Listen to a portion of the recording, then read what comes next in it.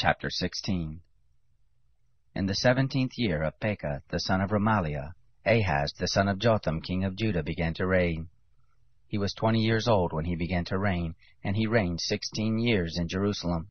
And he didn't do that which was right in the eyes of the Lord his God, like David his father. But he walked in the way of the kings of Israel, yes, and made his son to pass through the fire, according to the abominations of the nations, whom the Lord cast out from before the children of Israel. He sacrificed and burnt incense in the high places, and on the hills, and under every green tree.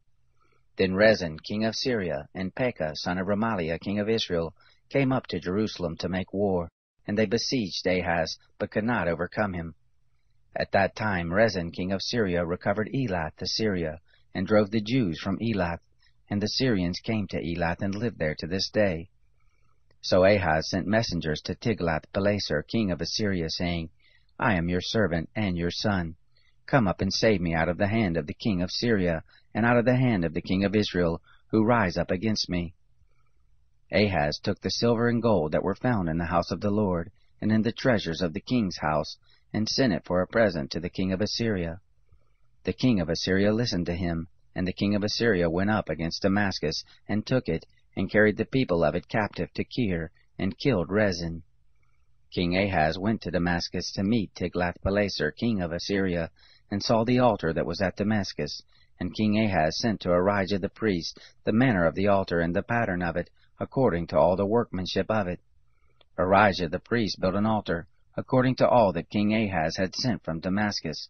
So did Arijah the priest make it against the coming of Ahaz from Damascus.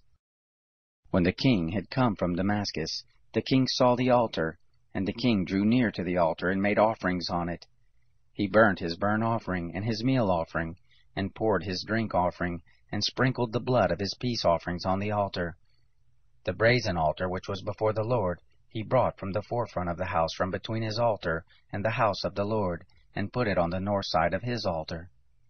King Ahaz commanded Arijah the priest, saying, On the great altar burn the morning burnt offering, and the evening meal offering, and the king's burnt offering and his meal offering, with the burnt offering of all the people of the land and their meal offerings, and their drink offerings, and sprinkle on it the blood of the burnt offering, and all the blood of the sacrifice. But the brazen altar shall be for me to inquire by. Thus did Arijah the priest, according to all that King Ahaz commanded. King Ahaz cut off the panels of the bases, and removed the basin from off them, and took down the sea from off the brazen oxen that were under it, and put it on a pavement of stone. The covered way for the Sabbath that they had built in the house, and the king's entry outside, he turned to the house of the Lord, because of the king of Assyria. Now the rest of the acts of Ahaz which he did, aren't they written in the book of the Chronicles of the kings of Judah? Ahaz slept with his fathers, and was buried with his fathers in the city of David.